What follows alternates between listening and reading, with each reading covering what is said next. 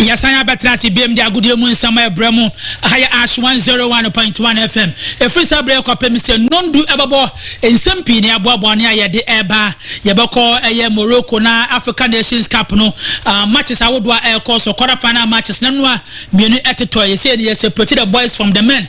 Ama make say Senegal any Morocco or ma proceed ya ehonsem ekra odoy the sports architect or the honsem nanom what the eba and the two key matches and because of Algeria and Nigeria and after Egypt and Ivory Coast honsem na ekra odoy the Spanish Premier La Liga matches because of Italian Serie A matches because of the English FA Cup matches because of and after the big game the El Clasico the Real Madrid against Atletico Madrid the honsem and Barcelona Real Madrid and Barcelona and honsem na ekra odoy the sports architect wa bra obaje brana daje na ode wuram ewoye sa insem we se nyina Mr. Eric Abana Jimendo action wa ha owie pa obaje brana fenom wode awem na also no anyhow osusu se match se nyina be ko nyina no opanye ade ho nsem baba Ghana Premier League matches how do be ko so watchna a big game Asante Kotoko and Blokum Chelsea and other interesting local stories ya boabo na ade ba and the baba somo ene anopem ewo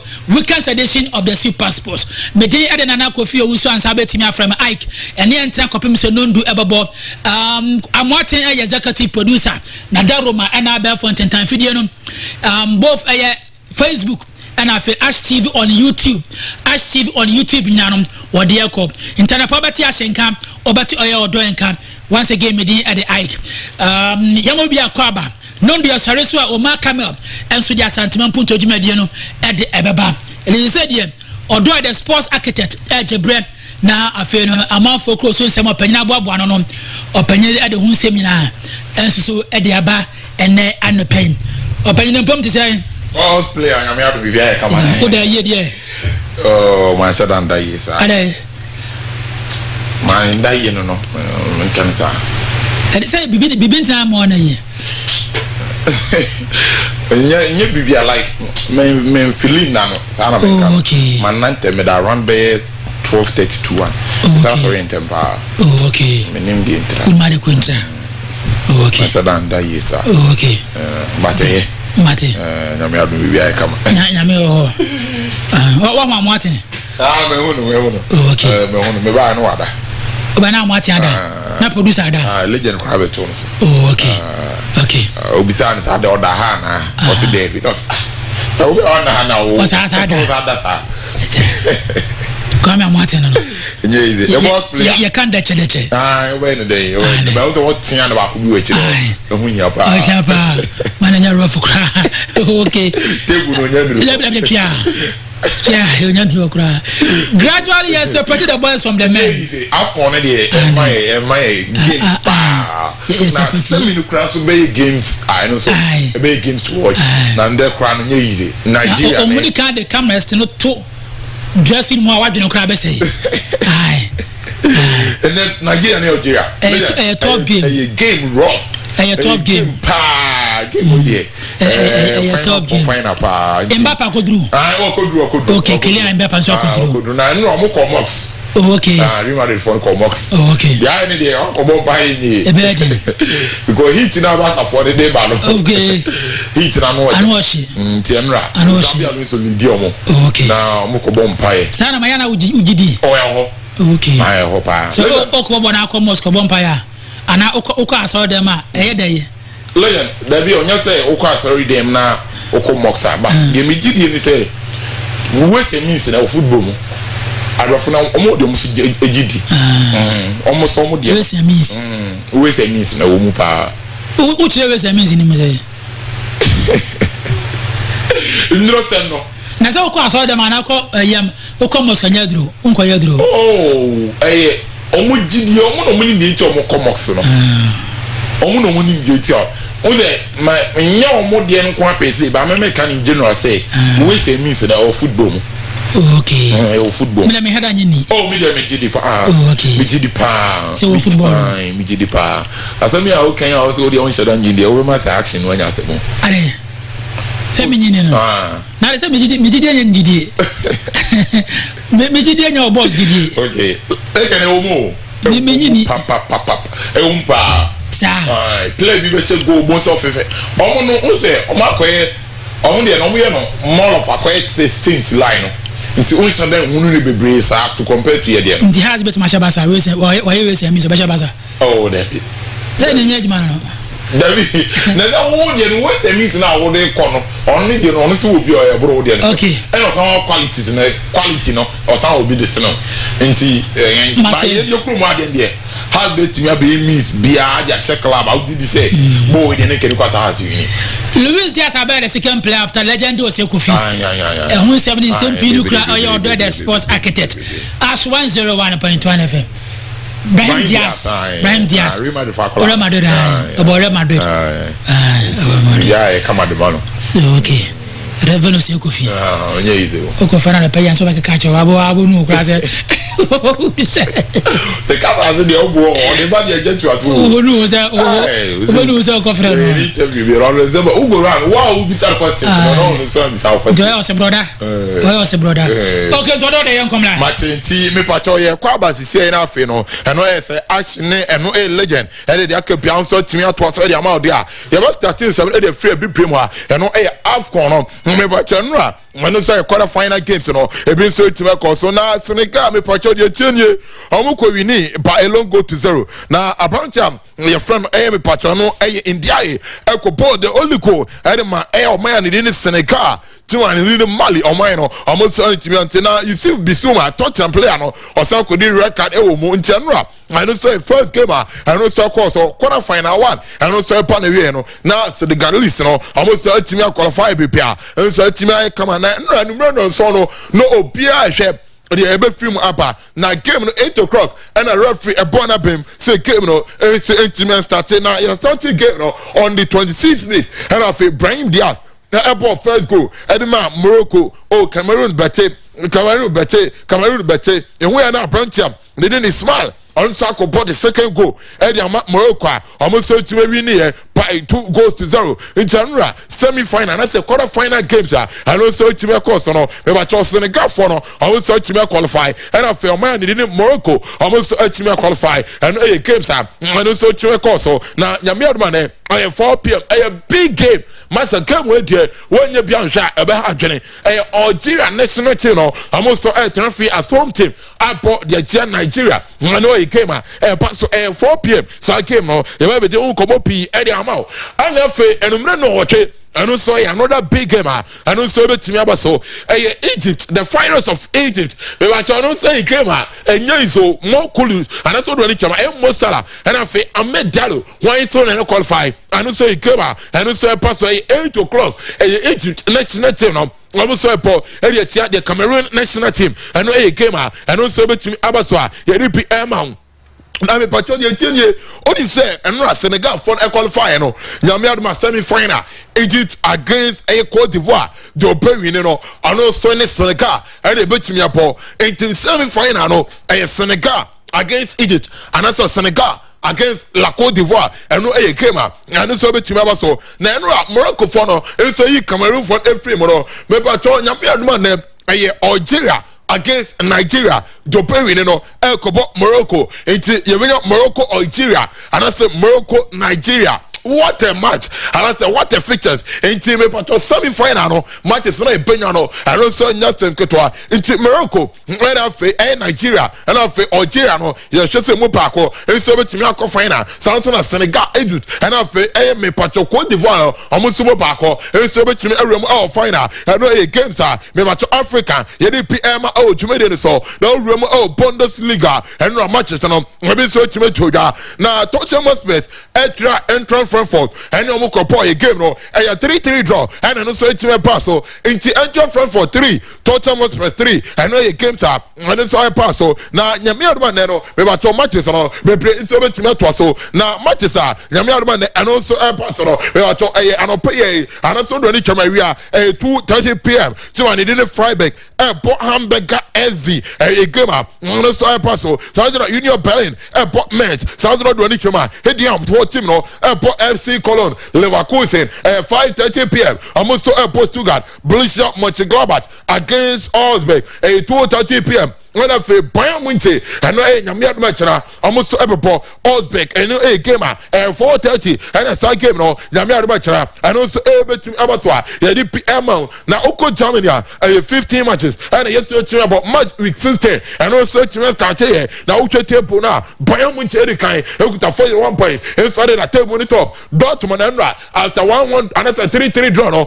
o be tosum you know ekuta 33 Bayern for Leverkusen etosum yesa ekuta 29 RB Leipzig etosum 9 ekuta 29 TSG Hoffenheim etosu num omekita 27 points and after Stuttgart etosu sia almost 26 asia ono St. Pauli etosu dunsia omekita 12 points Hediam team no ometosu dunso omekita 11 and after Metz etwa ono so 8 points and no kakra and so if you Bundesliga no adepa has Edward Kane ono so say kind of Bayern Munich 19 goals Luis Diaz is kind and my Bayern Munich ono so to me up 8 goals into no Germany Bundesliga no kakra no so everyone adepa and it be adema now room our La Liga no more me ba tell you tini anura ono so came out and no so to me ba so and no e ten for team no omo podi Real Sociedad na e ten for team na tenafe e ma Real Sociedad e be Paul McCann no e ma mo te kanu paako into no e came out and no so to toga na nyame adoma weekends we me ba tell features no say e na honsam and no so site e Spain omo so krodium na me pato do ni twema games no nyame adoma ne and no so betimi ato so na Real Viado omo Real Betis 1:00 p.m. and then so beba so we are 3:15 Vaio Airport Alaves and I feel really chema and no 5:30 p.m. na me adoma ne Girona Airport Osasuna we are talking no and so you know 8:00 p.m. Valencia Airport Elche na me adoma chana Real Vallecano Airport Real Mallorca Levante Airport Espanyol and I feel Sevilla Airport Celta de Vigo and 8:00 and so game no and so betumi abaswa ye di PM out na okwa store Barca after match day 19 already kind omo 49 Real Madrid tosum you know omo 45 Villarreal tosum yesa omo 38 and after Atletico Madrid omo so tosum 9 omo 38 Espanyol tosum no omo 33 Real Betis tosum sia omo 28 na asia ono me ba Valencia tosum 2 in watwe omo 16 points dun krono 11 omo 13 and after Real Viado etotwa omo so 12 points and no kakra and so free pa Kylian Mbappé chain Real Madrid wabo 18 goals Ferran Torres Barca and also 11 goals and no matches and also so and also over the weekends Spanish La Liga no more ye repeat edema na you room Italy na ye ko ni ko ba kadia and also matches no nyame admande and also to so na me poto de 2:00 p.m. Como team no and Bologna a big game no and also with me say you didn't see Casio passa and also it came at 2:00 sounds like when it came out I know AS Roma I'm going to Rome Como against Sassuolo 5:00 p.m. and as I came no and also with me and I say Atalanta 7:45 I'm going to Torino and no came out me ba chonu me and also with me Tosbra ye di PM now na nyame adoma chena Italy no me ba to Manchester no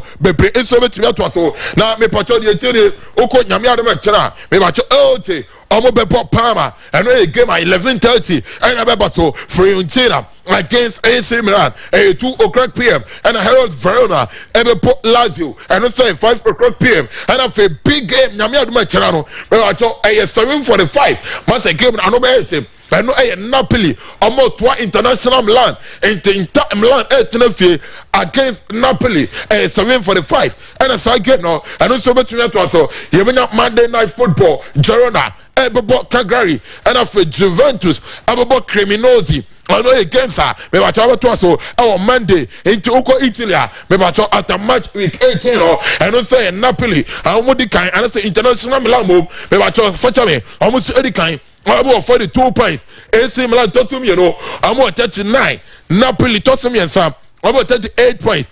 Juventus tosum 9. I'm 36 points. AS Roma tosum num. I'm 36 points. Como tosum sia. I'm 33 points. Atalanta tosum so. I'm 28 points. Bologna tosum wache. I'm 28 points. Lazio tosun kro omo 25 points nti eno no akra free mo pa Hellas Verona etosu do watwe ase ono omo 13 points Fiorentina tosu do kro omo 13 points and afi passa for nso totwa omo so awa emi pato eno 12 points eno kakra eno so efrum adepa ye don latest ni be nso etiwede ma Lautaro Martinez esa kind of international Milan wabo 10 goals Sandra Christian Pulisic AC Milan wabo 8 goals Abranche friend Rafael Leo esa kind of AC Milan ano so about 7 goals ye dey latest ni be nso etiwema etiwede ni so eno so anya some ketwa na me pato do ni chema na me adwa ne na fene chance ro England Crodium almost embo a Premier League emaso na de tienie amebo FA Cup na odu ani chema nyame aduma de matches no bebre enso betumi abaso na FA Cup run of 32 and nyame aduma dem anonso epaso e England Crodium na Tottenham airport Leicester City and when it came at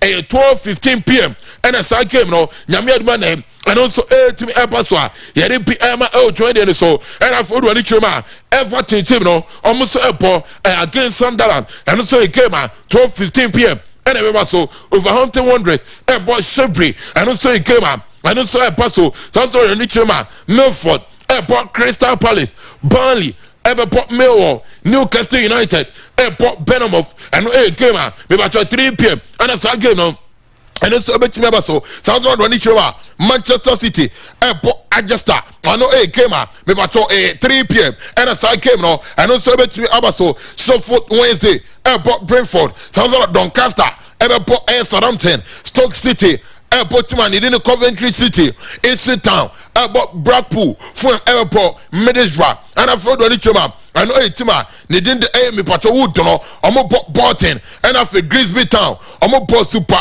me pato more and also the game at 5:45 and as I came no and also airport so nyame adman ne kro nam I know big game 5:45 Tottenham Space airport Aston Villa Cambridge United airport Birmingham City and I've heard one chuma Bristol City airport Watford and I've Charlton Athletic airport Chelsea 8 o'clock and a Chelsea game no and also airport so nyame admechna Derby County airport Leeds United Portsmouth airport Arsenal Norwich City airport Wall and I've heard one chuma West Ham United airport QPR Swansea City airport West Bromwich Albion Hull City airport Blackburn and I say Odu Nichema and no team your friend Sheffield United and about Midfield and I say Manchester United nyame adumachana 4:30 p.m. I'm about Brighton and Hull Albion and I say Liverpool nyame aduma I am a patch of Monday I'm about Botima needing a Barnsley into a Liverpool game now a Monday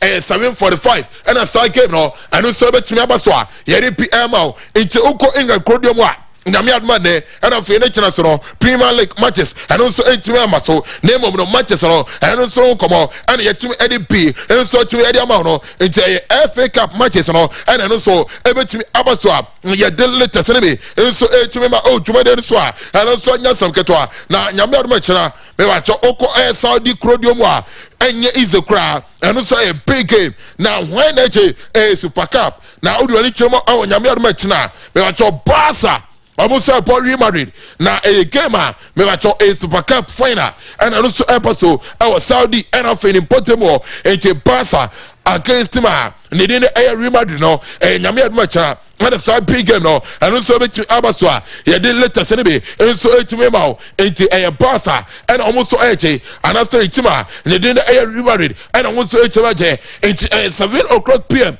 and that big game no me watch on so bet to me abaso na usha Barca and after Real Madrid me watch on ye obia last 5 matches obia Endrobi obia so Lusubi into nyame admacha 7 o'clock p.m. why so energy and you see na so and no latest up and so from adepa yeri PM jumede so and also nya seketwa into yebeko no be plan so try come na uko France Crodium wa Coupe de France we watch on Leo airport team needing Olympic Lyon Samson Net airport OGC Nice South Road on the tram shots airport and no airlines and so it came and so bet Abaswa here confirm BP and so dia jumede so Brest airport Toulouse and Gas airport after team needing air Paris Saint-Germain airport Paris FC and no against and so bet so Coupe de France anymore ye dey latest anyway and so it me now na me patcho dey oko Portugal kromwa and no say fine and paso Victoria Guimarães Sporting Braga and no Portuguese omo Lake fine and no say enumere and no so betimi abaso and Victoria Guimarães Sporting Braga and no say kema nyame adoma na and also paso ye de latest ni be so etime ma tweme de so and so nya so ketwa na ye ko na fe no ye kodi komo kakra na bibia so etime kama efme tweme de so and so nya so ketwa kra na owuremu a me pacho chance head coach no si say ni de ono so etime aba bibia so de da kama nyame adoma na and so Liam Rosinia the first game as Chelsea for head coach now you bo pini coach no and you be say you say ni de wa be Chelsea now bala wa be Chelsea no they say kura no o Chelsea France na de omo chance Chelsea e be win wa be 40 minutes here then and how they break Chelsea or say one banner or banner me but or the consistency e break man in Chelsea or the good spirit e break man in Chelsea energy no abesonko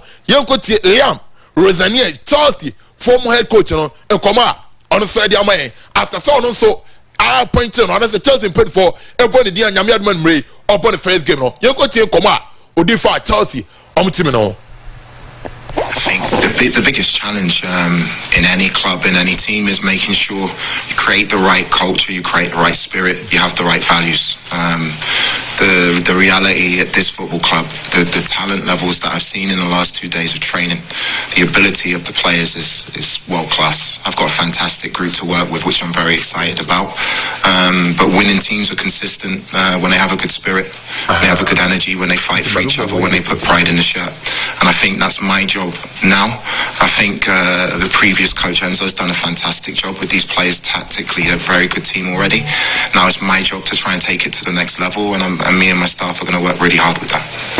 Yes, into no Chelsea former head coach no and so come on kra and so dey no na ye bisa no so twetuma ni di Chelsea you see plus ni be ahomaso ni ade a okra no you say first game a overtime was dance ceremony o be na wo na be dey dance na obe manager say goes no nyoma arrogant o Chelsea team no mo obetimi control na Liam Rosinia any dey come say say no o be say be bia e betimi stop o Chelsea new head coach. You don't limit your ambitions. I'm not arrogant. I'm good at what I do. I'm good at what I do, and in every job that I've worked, whether it was as an interim, as an assistant, as a head coach or a manager, whatever you want to call it, relative to the group I've worked with, I've been successful. So for me, I've always wanted to be at a club like this, but it's not about just being here, it's about being successful. So this is the beginning for me, you know. I'm going to give it everything. I'm not guaranteed, nobody can guarantee wins, nobody can guarantee success, but at the same time I've worked very, very hard for a long time to try and put myself in a position where I can be successful. Yes, indeed. I know Chelsea. Almost head coach and a crown also for such a day. I also it's my successful no, and also come on a crap. And also dear no now you said some massa. Chelsea pressure Timo. Now Panawa ban over to me some pressure. I don't say oh massa. And Ojidi say pressure team and also signing contract and my team and really Chelsea. Panawa Pano upon the first game against AM Pacho Tateno or just so bit me winning the first game. Let me Pia. I can't carry the mano. And no Lian Resilient come on. With managers now, regardless of club, is huge. The pressure is there from day one. I'm aware of that. If I wasn't willing to take on that pressure or that privilege, I think the bigger club you're at, the higher the pressure, but the higher the privilege. I have to take that into account. So for me, I'm looking forward to it. I can't wait. I can't wait for tomorrow night. I couldn't wait to get here when we agreed the deal and meet the players and meet the staff who have been nothing but supportive, made me feel at home. It comes with the territory. If you're scared or if you're fearful, then there's no point being a coach. I've worked so hard pretty much my whole life for this opportunity. So now I'm just going to enjoy it, which is important. I'm going to work 24 hours a day. I'm intense when I'm with the players, and I'm going to push them as hard as I possibly can to be successful. And just finally for me then, what did you learn from watching from the stands, apart from the fact that you might need to just curb some of those red cards and maybe the yellow ones that followed? Yeah, I think what I learned the most, I thought Callum, who now I'm delighted has joined our coaching staff, has done an incredible job in terms of the performance. Obviously, it's very disappointing to lose any game. What I loved the fact 70 minutes the lads played with 10 men, played with real energy, played with passion, created chances. At times it looked like we still had 11 men on the pitch. They were really, really positive signs for me. Obviously, the result is not what we want, but there's a lot of really, really good building blocks that Callum's put in. After the lads, rightfully so, were disappointed to lose their previous coach, which I would expect every group of decent people would be upset when their coach leaves the football club. Yes, indeed. I know Chelsea. I was the new head coach and come over crap. I know Sweaty and any delay testing. I don't so happy. I don't so nyasam ketwana me patom. Your corner, yen Nikomoga Cardia. Oh, do any chemo? Oh, Manchester City as here. Home head coach, your friend of Pep Guardiola. I don't so didn't come on now. You know Pep Guardiola. Heading come on, you saw Pep say, Pep, so who show team near them? As the son there, Antoine Semenyo every Panama. Abagani team now. Antoine Semenyo no more ball. Nyami Adumane FA Cup. Now, boy, never team making a debut now. Now, dear crowd on who Antoine Semenyo mo akofano if you Panama or so boy no Bana oh man, congratulations. So South Carolina Manchester City. Now, and likely Antoine Semenyo able to be in a debut game against a team. Your friend AM Patrick Esther and also he came a person now Pep Guardiola. Edi komo be play for City team no yenko team komo a odi fa Semenyo and for City on team no. Everybody knows the quality is right, so I play extraordinary in Bournemouth in the last years. Can play in both sides, right, left.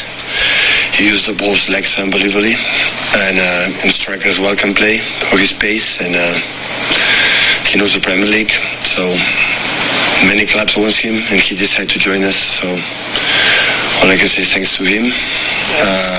Yeah, very pleased for the next years. How long have you looked at him for, and is it particularly pleasing he chose yourselves over other clubs that were interested? Yeah, a few years.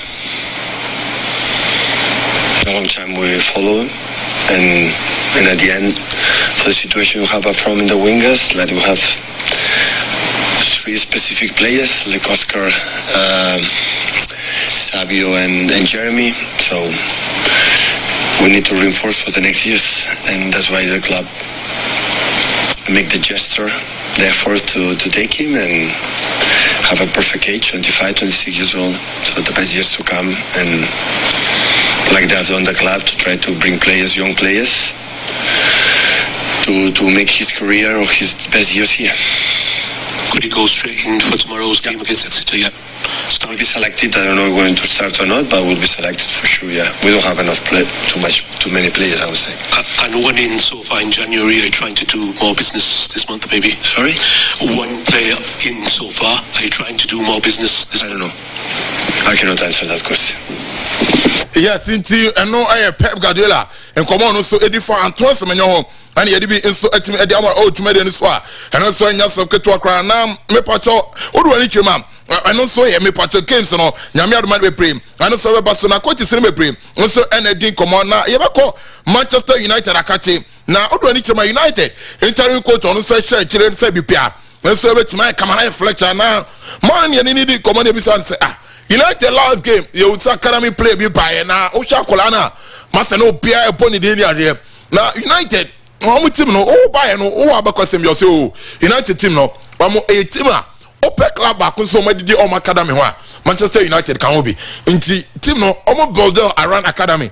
Into on the banner wapano, say, or to say the age man say, idea, academy players no, you be home pa Fletcher, United interim coach, and he didn't come about United on team no. I just think historically, and this club's built around the academy. We've got an amazing academy. Our record speaks for itself. I'm not going to stand here and say anything other than that. We've got an amazing record. I think it's hard to beat in terms of the history of clubs around the world. I think we've got some amazing players, some amazing talents. I think what I see is a lot of hard working, humble young players who ain't perfect because they're young and they're learning and have got a lot to do. I think we ask and expect too much of young people sometimes in society and in general, and that's not a criticism of anybody, that's that's just my beliefs.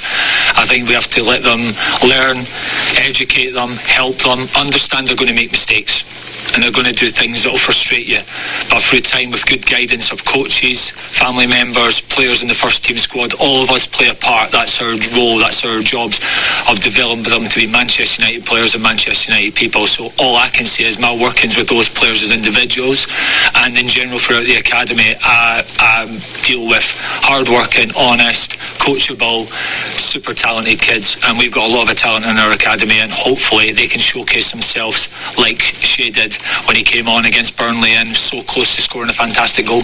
Yes, indeed. I know I am Manchester United. We part of the coach, you know, and come out from so dear. Now, you have say, "What do you pay for?" Now they come up. I say, "Oh, on my brother mo," and I say, "I do any chairman." I know, just in one court more. And said the common name of no United said Jim Ratcliffe from there, and you had with me. Now, come did you know when the Obian country and so Jumano obey my season up and away name of no or call match after match. Ma, your friend I am Pacha Fletcher, which you say another my. No, and again, the process here works. I speak to Omar and Jason. That's how the processes work. For me, I've been focusing on the job in hand, preparing the team for these two games. There's been no thoughts or conversations about my future. Honestly, the people in Jason and Omar have given me full responsibility to take control of these two games, make my own decisions, lead the team, guide the team, prepare the team, and that's what I've been doing. Enti ano en komo akra ano so de my na edibi en so etimema o twemede ne so a eno so nya so keto akra na Steven Gerrard ana ye ne Steven Gerrard dey komo na ye bisa Steven Gerrard say o hwe abrantia your friend Trent Alexander-Arnold decision ono so etime take free Liverpool joining Real Madrid no o hwe akwa no bibia de mama na also on the obeka say early days yet there say ye be jeje abrantia friend Trent Alexander-Arnold move to team and in Real Madrid. Steven Gerrard. Probably somewhere in the middle of that, in terms of Steve McManaman made the right decision. The Liverpool team he was playing, it wasn't competitive, I wouldn't say. And I think it was a huge jump from that Liverpool team to Real Madrid. Yeah. So from a football perspective, that was a no-brainer. I think 9 out of 10 people would probably jump into that. And I think in time, Liverpool fans really understood that one. I think Trent's very different because he was playing in arguably one of the best Liverpool teams ever. One of the favourites to compete for the Champions League, the winning leagues. Yeah. Trent had in the palm of his hands what I craved for all of my career for, and still look back now and wish I achieved what he had in the palm of his hands. So I think Trent's decision was probably a lot more difficult than Macca's. Mine was probably somewhere in the middle where we was competing for domestic cups and we were in the conversation, but Man United, Arsenal and then Chelsea came and were much stronger than the team I was playing in. So it was tempting. Of course it was tempting, you know, and you know, financially they're offering you double your money, but for me it was all about how am I going to stay as being one of the best midfield players in the Premier League, and how am I going to keep my England place? What's the best thing from a football perspective? That's what was going through my mind. Yes, indeed, Steven Gerrard. On also come on akra. On also di 5 point one be. Any the amount on na Antoine Semenyo. Ghana did this year kron. Na boy no. After so ko sign Man City. On also etimi echo in the first training. On say nyame adman. On also betimi the first game no. On also akasa na Antoine Semenyo. Any year di komo about Manchester City okoya players no so fast so e we kan no Antoine Semenyo. Idea of what kind of player City are getting. Powerful, quick, strong, clinical player. Still improving. I feel like I'm still yet to reach my peak. I feel like I've got a lot of learning to do, and joining City here is going to be the best thing for my development. Best coaches, best players, and yeah, I'll take my game to the next level. Yes, indeed, I know Ghana ni. I know so come on crap. I know say the man NP. And the man to made any swa. And also nya some ketwana. Eba cost on a freedom. Yeah, the commodity. Now also on the dear Kodia. We were told the 10 year. Uremu Tima. Nedini penum of man. No, I don't need Ariola. Na coach any bisa no na. You bisa so. She said the Samanyoko. Mopo came and net. Now she said the best player so far. Every team in Moko. Then somebody. And I be catch Samanyos. Oh, must open player bakwa. What paying the dues here and I'm a pen of fire. Antoine Semenyo na kona Antoine Semenyo ekono or send all the best. Andoni Ariola e como say and Odifa Antoine Semenyo. out, and I think very pleased with how he has dealt with this situation. I think he has been very professional. Everyone knew that there were things going around him, but he has been training every day, no complaints, I think he has performed until the end, and also I think the moment he lived at the end of the game, scoring the goal, scoring the winner, receiving the ovation, I think is something that will stay there in his mind forever, and I'm really pleased for him, and I wish him obviously all the best also. Can you see him being a success in that group because it's full of elite players? Yes, obviously he will have a strong competition for minutes, but I think he has the level. I think he's producing the numbers, and also is a player who can adapt very well to all the scenarios, in the sense that he has been improving a lot his game, and I think he understands that this is another step, and I hope the same way he has done in other seasons, stepping up. I think he will do the same at City. Do you anticipate the club signing a winger in this window, even if he's not to the same standard as Antoine, but you expect them to recruit in that position? Yes, no, of course we have to sign a winger.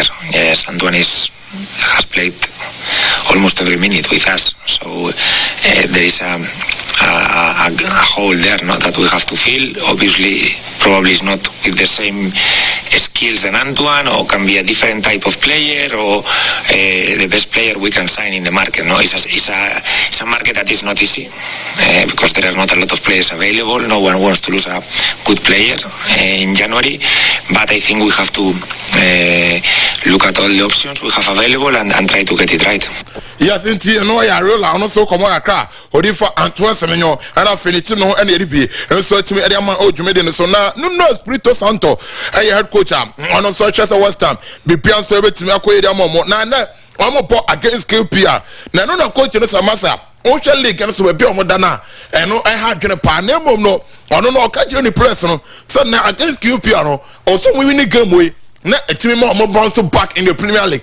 No mo say to me avoid the relegation. Na odinko bebre efa West Ham team no yoko na yeko tie Nuno Espirito Santo head coach Herman West Ham United ahead of Omukema omobody etia QPR na me adoma enumre.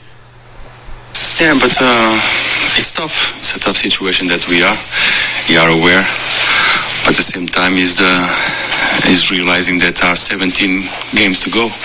It's a lot of football to be played, and what we have to do is focus now on ourselves, on our day-to-day, and look for that win that we need. Don't be obsessed about the gap. Try to avoid. If you start looking every time at the table, then you get more anxious. So let's try to focus on ourselves and what we have to do to compete in 17 games in the league. I believe it's possible. Is that a focus of yours now, to almost sort of just for the players to not think about that gap? How do you do that? Because obviously now we have the FA Cup to focus on, and then next week we'll prepare Tottenham. But the approach must be focus on ourselves, what we have to do, and believe there is a lot of football to be played. 17 games is a lot of games.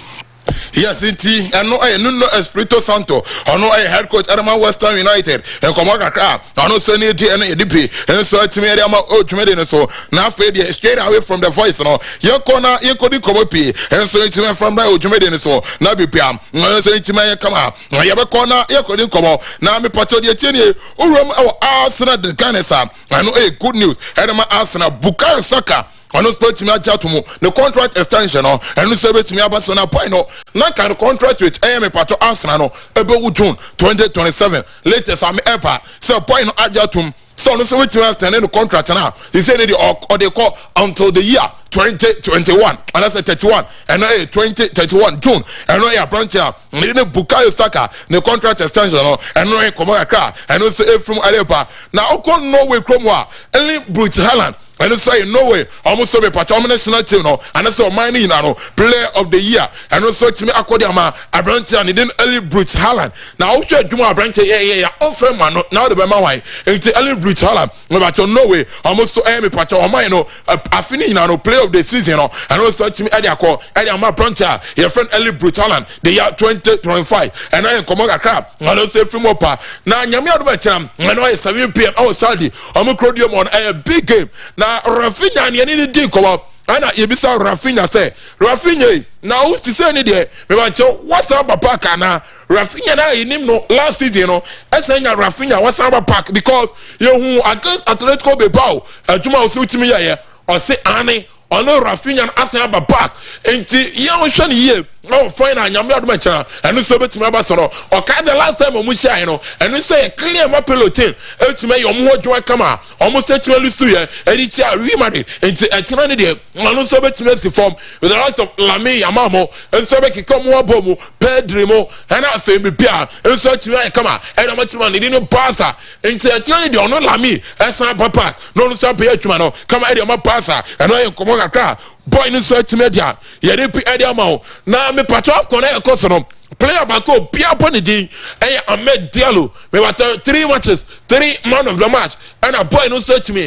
at edesini na so na Ahmed Diallo so wate so man for dey compare DJ Droba and after Abranche ni dey me patrof ya nyature so up place bako African almost somebody born akonkan me wat almost so and so Abranche ni dey Ahmed Diallo dey compare some place na no and Ahmed said there be munya botre so be pia nyanya ture enam and so no be no Abranche your friend Ahmed Diallo no so enam na eyenije mum so we dey be compare that legends no na mum no I don't want to say be pia what do see any there so two players no enya de obetimi e dey no ho compare one man aye ntimo mo dey compare nyanya ture and afedi de droba no o se munya botre eno aye nkomo kakra Ahmed Diallo, Owusu Ansah, Manchester United, and I feel like Cote d'Ivoire, on player no, and they about Pontere no say, only Brenton Momo Massa, since I'm about Africa, I'm about Afcon no, I'm doing come up, papa. Now call so Brenton did Ahmed Diallo,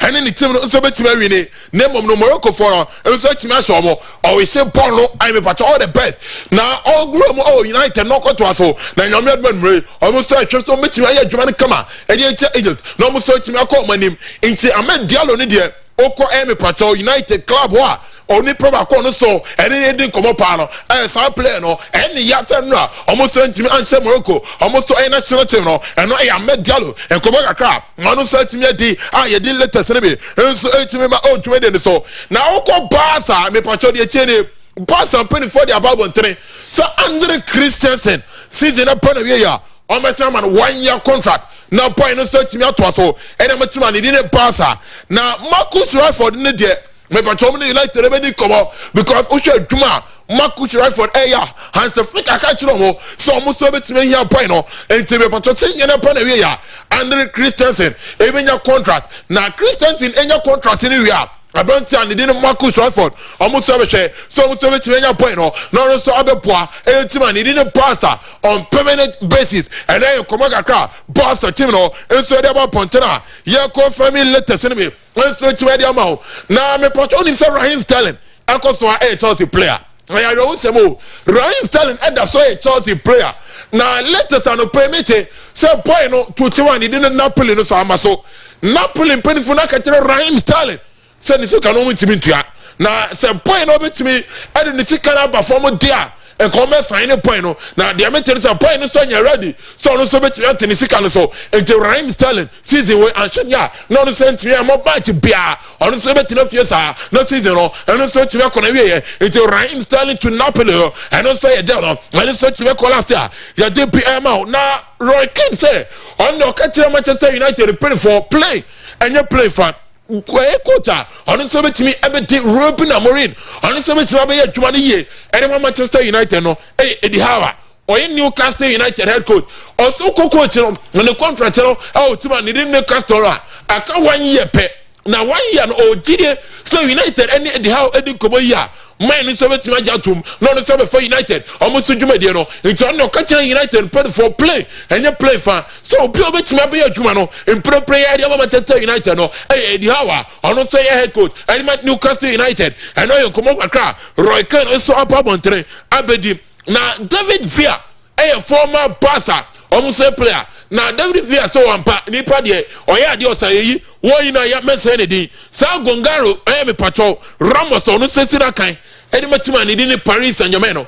Massa point on your bonnepo, on your bonno papa, Massa Tosha, Abrancha, Nidini Gongaro, Ramosa, no side Cairo, Abrancha, Nidini Cairo Mustafa Benzema, a man of Benzema, and said Essena kind, Adama Rimadino, Sana Branchano, no support the ball, no catch a PS4. Say a point on which ye, David Pino, almost a bit for PSG, almost to Timno, and yes, my Betty, and I come on a crack, David Villa, and the Abba Pontra.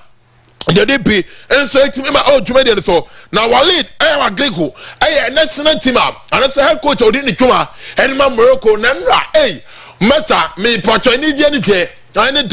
Now, the night who sends a Morocco Cromono, we want to because the Somono, how almost yet to say, Mudu Omoye abrofo anafeno oche omuko tanintia ensania de ontime nom na no after so did me pato Morocco omo national team na qualify we ya omo so e semi final no and na Walid say master o kan kire Morocco place no say history and omo make no na history no o metime make bebre e de kan o aya na nye easy so man be able host to AFCON no so betime agye with the rise of Ghana money at the host here no and ya there no man ekoye and man Ghana now we say boys and no mentality o me rank game ni mo semi final game no o jide so man the ni Morocco no ebetima make another history e ya fiwe no the games na akoso na me ba to matches ni the ano odene no de na niaje say play ya no almost say to qualify almost semi final club bia and so man bia almost say bebe bia no omo Morocco for no almost are ready say Nigeria and ebe pa am I ready? So Algeria and a bar. I'm Morocco phone. I ready. Some so bet me aja omo ababa. No musashe. Some so bet me do final. Nempono. Almost so bet me aja me pacho crew ano. And so dey say na so. And now our leader or head coach Adema me pacho Morocco. Almost the national team no. Na enra me pacho enumere.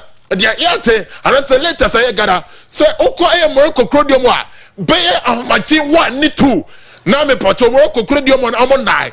Nigga na ye nicha and also cause after Sandra almost so to me I me patrol Cameroon for no and so free I me patrol and no AFCON and also cause no na oko Morocco crowd mo obi e ball lead I was go almost so upon abaso because you coach we are ono na di Morocco national team no echo World Cup echo miracle me patrol mo so real for the first time yenya African country so no so come 4th place Morocco for them. So team Akote and also team African na coach we at so no so Morocco national team no acquire wonders World Cup no master send your wonders AFCON it took Morocco Kromwa Walid and so head coach Morocco is send there obey bonabaso Morocco almost to dem na me patrolete saba san shini ya ye AFCON we ya to coach in for and so any say kunya no match so much long term contract no so tena Morocco credemo no so to so appoint me ade ma and no Morocco national team na ye dey latest na me no so team ma o jumade so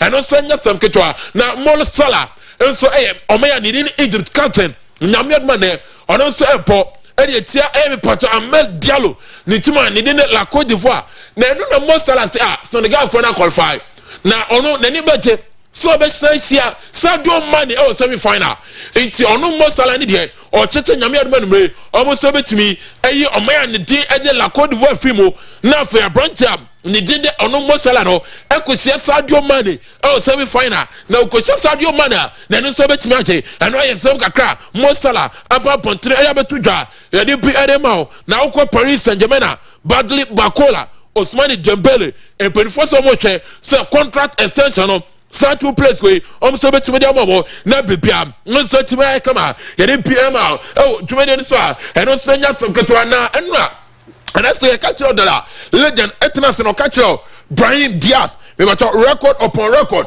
and a point say to me na onko AFCON aboko say mo we got the for the first time since the year 1968 and no Reverend Osekofi and so it me call 5/5 Almost 5 matches. No, 5 goals. No, I feel you been Brahim Diaz.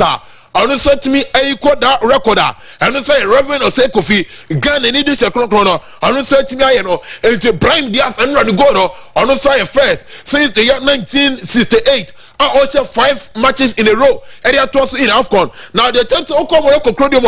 Also, be first player in the history of Morocco. About 5 matches, no less than 5 goals. And you know, Brahim Diaz, also be first player. And you Moroccan national team now. You didn't let us anyway. Let's say to him now. Now, Oko I am a patron Newcastle United, and that's the West Ham United. I can't tell. All player needing a tono L of Remento.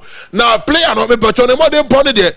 I was still a power. Now, a branch Tennessee kind, and also Poland. And my West Ham United or a player or a Newcastle United player. Now let us say but say Arsenal and I fake to man in Manchester City and battle for boy in signature.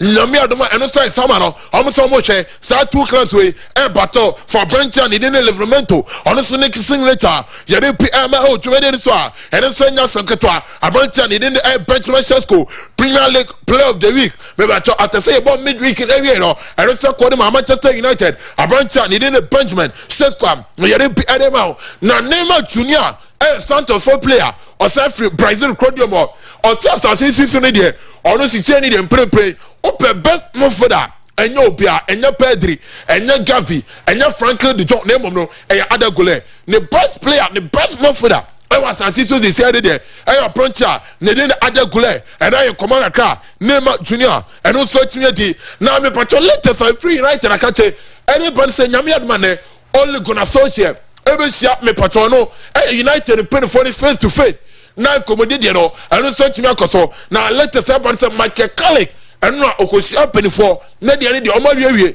enti nyame adman only gonna associate every say United pay for face to face and stand commodity you know and they say United pay for and the adwuma no only and that's some to inform no and no latest and you say from adepa now only say coach ne dey na hands flick only say final that or a coach bia or more final elusu da na the tienie obo DFP poker final onu search meje we about Champions League final onu search meje we first poker final onu search meje Southwood one chima DFLS poker final okobo en oje FIFA Club Cup final onu search Supercopa de Español final onu search Copa de Rey final onu search nyame adman obo Supercopa de Español final bill enti coach no me ba the final matches are opening now and yadia I don't search me alusu into Usha wo bo 7 final and yadia hands of freak alusu ba kukra internet against another against Real Madrid no coach no be breaking that record no and that's on the to so and I record that I'm for a play and say bisa and missing man so no do any chama missing mouth and then a birthday it's a happy birthday to a branch and he didn't miss him out 27 years and then boy in such mania on I am Manchester United player he didn't PM out and so to me the swag and also some ketwa now Ucha Barca and after man he didn't remember that me patro the tiene on last 8 matches Barca winning 4 Real Madrid winning 4 80 on last 8 matches no nations so another club no omo nyina 8 matches we winning 4 we so winning 4 and like kakra and so from opa na no Real Madrid team no alcohol mox coach na didn't Xabi Alonso lead team na all white Jarabia and the players on the station here in January Real Madrid team no so alcohol mox and so a preparation na Kylian Mbappe lotin and so it a join team na come on search say nyame admachana on so be starting Xabi Alonso say na nyante so when you Kylian Mbappe lotin e dey cut me one nyame admachana on so be po e dey tetima ni FC Barca and no Kobaga kra and no say from adepa ye dey latest no and so to remember on to me so na me patro dey tienie Osha Branta ni dey Antoine Semenyo now ye DC most expensive Ghanaian transfer all time ayenya in the history of football no Antoine Semenyo Nadian 72 million pounds 72 million pounds after Branta ni dey more kudus atosimienu 63.8 million pounds Branta friend Thomas Tempate 2022 and that's 2022 I tima ni dey Arsenal 50 million pounds and Arsenal for more kudus from Ajax to AM Pacho West Ham and 43 million pounds and after Michael Essien from Olympic Lyon to Chelsea £38 million. And I feel and that's in Yama. I don't so to Kenny. To my dinner Olympic Leono, £28.5 million. Into Ghana in the history. Maybe to players, he said there. Yatona Portino and Toasemano and I believe the that race now. You did to make the soir. And also end up to a total space. And so to me signing about here. Needing the answer from Santos. Here we go. A 15 million and a total space. Insert to me boy no. And so to me again. Now legend. Let us say but say Bruno Fernandes and he life for the side this Canaba. 100 million and almost say somebody the Bebre United. Now I should say Bruno Fernandes for the second time. Honestly, between again and he liar. Me fancy now me say I intimate to us every floor.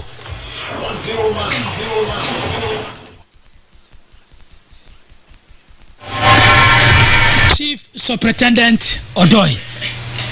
And and I'm at the post in his own. Only the Kahoka. Oh, sir. Deny the Lance Copra.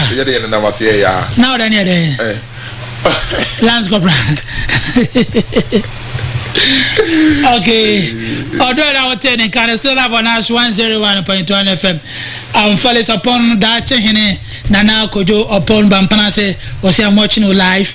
Azeman say watching you said I'm watching you live from Azeman Ventures Chronom opposite the market. Chelsea, Bokum Chelsea will surely beat Kumasi as Antikodoko tomorrow. Regards to Chronom Hene Nana Eje Kwatin Abefe Bonalelu Store. As I say, I was saying good morning, future. See you. I'm watching you live from Antoine Desna. Tomorrow is another demolition exercise at the Babayara Sports Stadium. The Pocopan Warriors, so no Koroko supporter should stay at home, but rather come and watch proper football. Become Chelsea go drink goals as Bethem United and greetings to the Warrior Prophet. Junior Thierry, I'm watching you live from Akwekre and Benji Imfensi Sewa. Watching live from Infancy Sewa, Chelsea coach should bend the goalkeeper. I miss her performance and greetings to Honorable Wisdom Osebuama MCE Achuma Mwamyeja South. Mr. Eric Obenaji Mendia, Brana to say Elvin Adumaraka, a team comedy.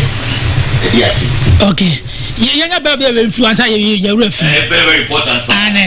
I want to check what's happening. Yeah, Mama, good pictures. But I'm not a company picture there. Also, oh, sir. Oh, okay. In the end, signal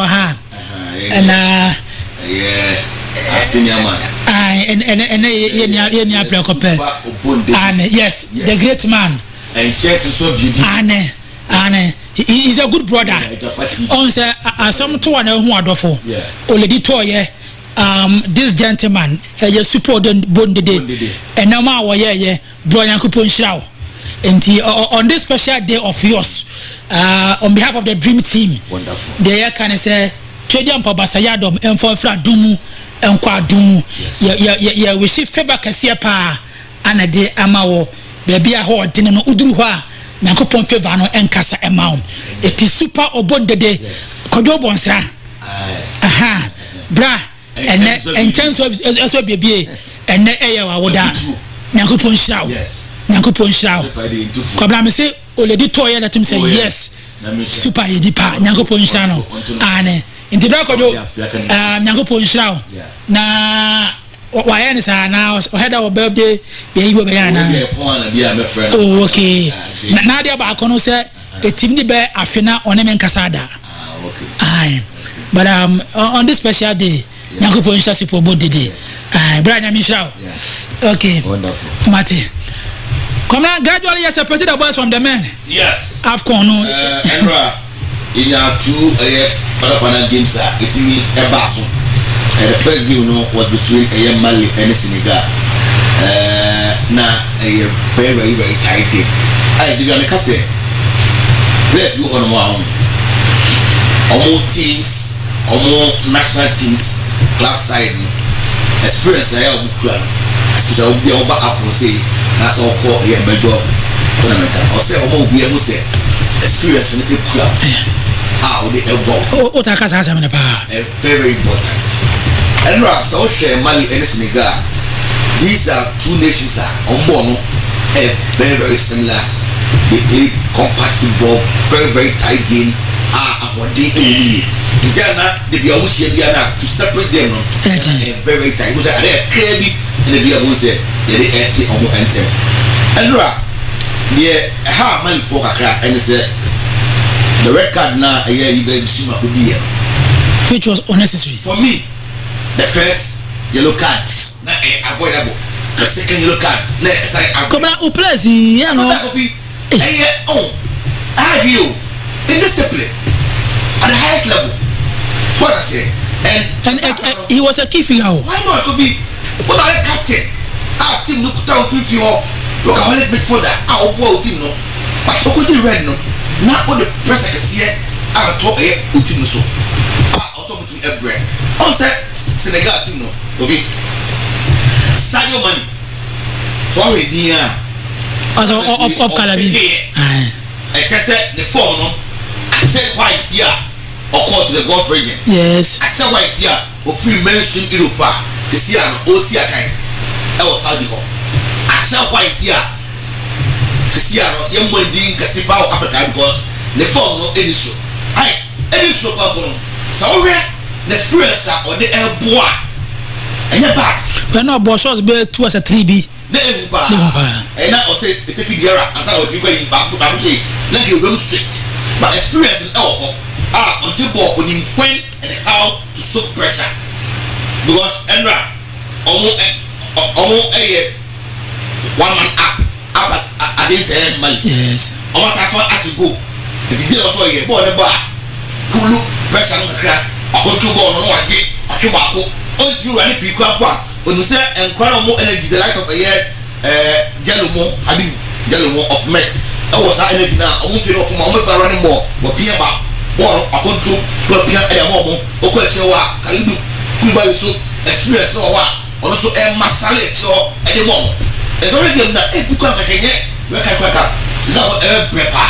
I'm saying you're about ready. I'm going to ask somebody.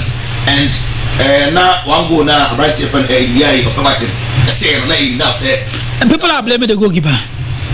Also, Mali keeper, Oyaishka, Diara.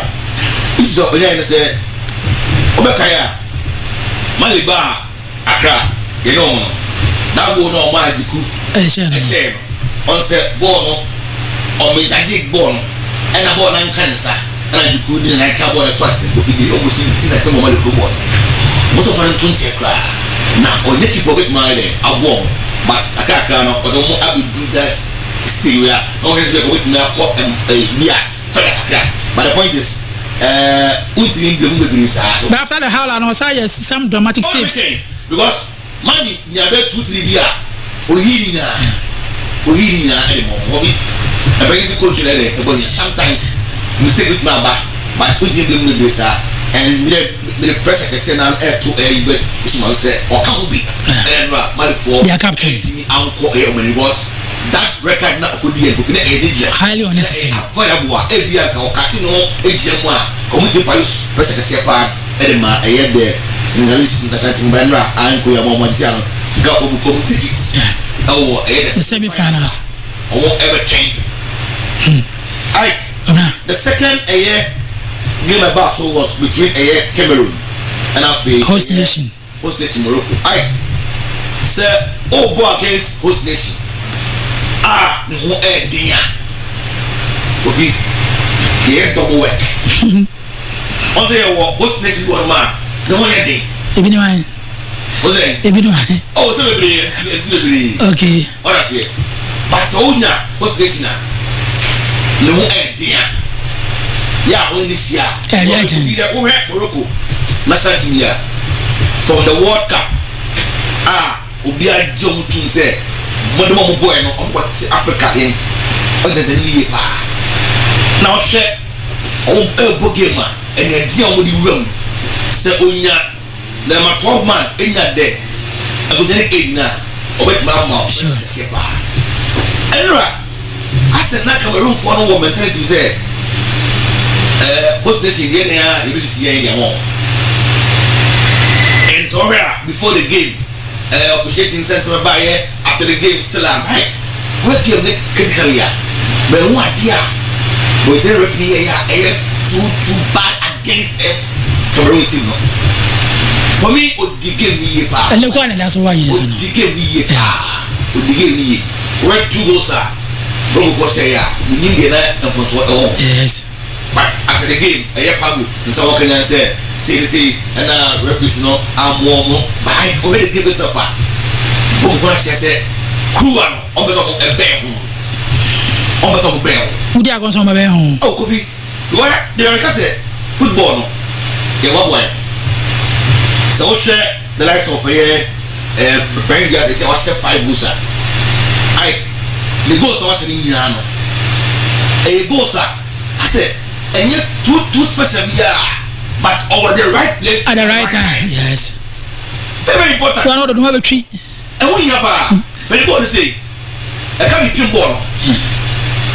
now the year and as simple equal the position you pa the baby na aka hobi oh why go why hana the baby oh Owusu Ansah why hana what how does he say what try say over train ave the night I go go na on for back on the won to no so the family na sia ball no e dirty ne wuye mo ball ne ade anchin oh hi o pa go ade ne ati mo ayehwe e make say bia na make why e mate and go excel say the committed level no also yes they are ready to die for their nation Chris Azuri Aswari what I say Ashraf Hakimi focus on the plan yes and you want more ball Kofi area and what and they have good goalkeepers too yes you know I say I see bolu kwame who go be on na yes e can dey say who defend very well as supporting our here actually to Kofi bro go for so ewem yes na amon no na Wednesday yeah twa omo na omo ede aboyi ofende 2 games amos ye pa 2 tough games Algeria Nigeria Egypt Ivory Coast anya matches to ofi amos pa ma he video Algeria for no through a talent oi ai edama Nigeria for okay omo so ma Nigeria for Kofi intem okay we be omo du no ma ya de omo je omo kwan come to say Super Eagles camp o say Nigeria for na look man o si men sense no o say that issue no kwa no according to Lookman Lookman no o kwa say next na nya dey to see obi normal football start so nkomodi ni asebon no nya pass entem enye adebia na akoma no so but o so dey go say ani no one fan normal because for the World Cup oh yes right after the game no the good pass akoye one ko chacha obi go e go fu all the a pass we say Nigeria for no problems because we want to say sa sikasem na de bia no omode tu omutrin na ha wo ahwe ya sa na me peko ha on say before this game kwa bono omo say I on training kwa no munye na omuntu kwa nko na de ndien e pase ya na ase omo sikara de onim and bi o so Kofi Nigeria benifo no elefo no so actually say omo da track record so o say de bia no omo players be asa na ball no taka kelempia fo ngo ha de go omo sikasem enye yize obo no ma Kofi o jale mo wa edge and players nim say omo go see out at this stage na bi o mo da boy wie e bi ne na mfa sa ma de ana obese o fi mu de o ha Nigeria oh mfiri my head am me na bi o fi mu na o ma nyo musika na akoma ko ebu de da say I say wasoma anwate na wanya wo sesa no I no say point o ma di 3 minutes kwa na anwate de sesa na ma say den point say pa so I sai when you also mutimi e to machi na mo focus on game no say a big game on say Algeria time na jamaa be mu di creative na ni man ko yi before e man the match on the no kisi akawele wo head Algeria omo na side team na omo enseda enkuta superstar bia o team nim Marais na bia o ta body din but as a unit no we very serious omo bo as a company and Nigeria for so any very well said the last AFCON omo play bia I went to and all those go do the grand final month I want you very well say World Cup I want you to qualify anko the day na o met my year ama Nigeria fans akoma to yem by winning the AFCON from a year Morocco ya ebusu ekosu yeah no so nya better but a game after game and you know very well say to play against Algeria you need to work extra hard and if you look at Nigeria so far modern ball up to this stage if you own fair body at all I do very well and my game no very tight Peter Osimhen Obianim you bet my year in him abilities in him what you can do for your national team I thought that a man come and cost you football and you will be able to beat my pass amount sure and you will be able to beat my pass amount yes I thought that we bet me I said Sakra I'm an idea we striker we win I thought that striker also Sakra I'm about to say as empower because we a trivia issue but how I react yeah it was quite surprising Salomon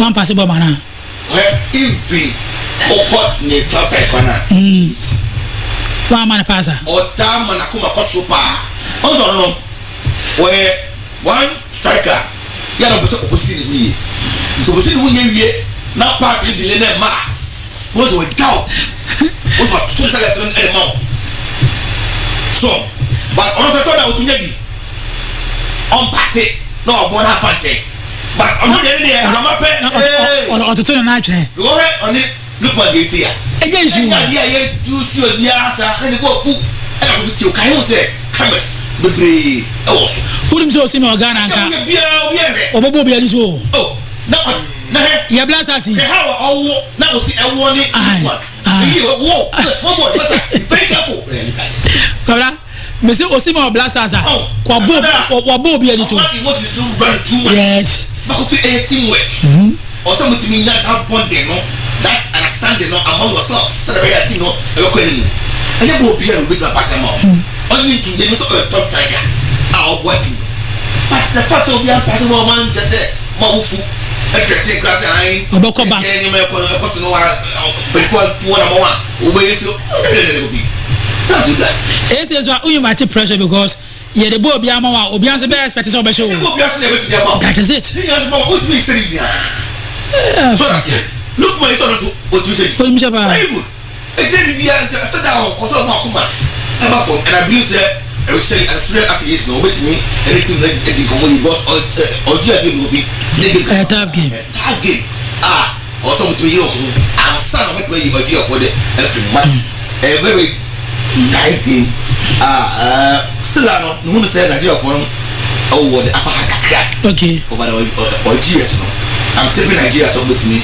qualify to the semi-final over the second one I'm ready about 7 p.m. also Egypt Ivory Coast the champions wow Ovi kabra so share Ivory Coast team here one player all born home de mame pa Amadian do very well my United player yes he do very well quite start say Brian Ibomu edikan I say awoko ntino yere say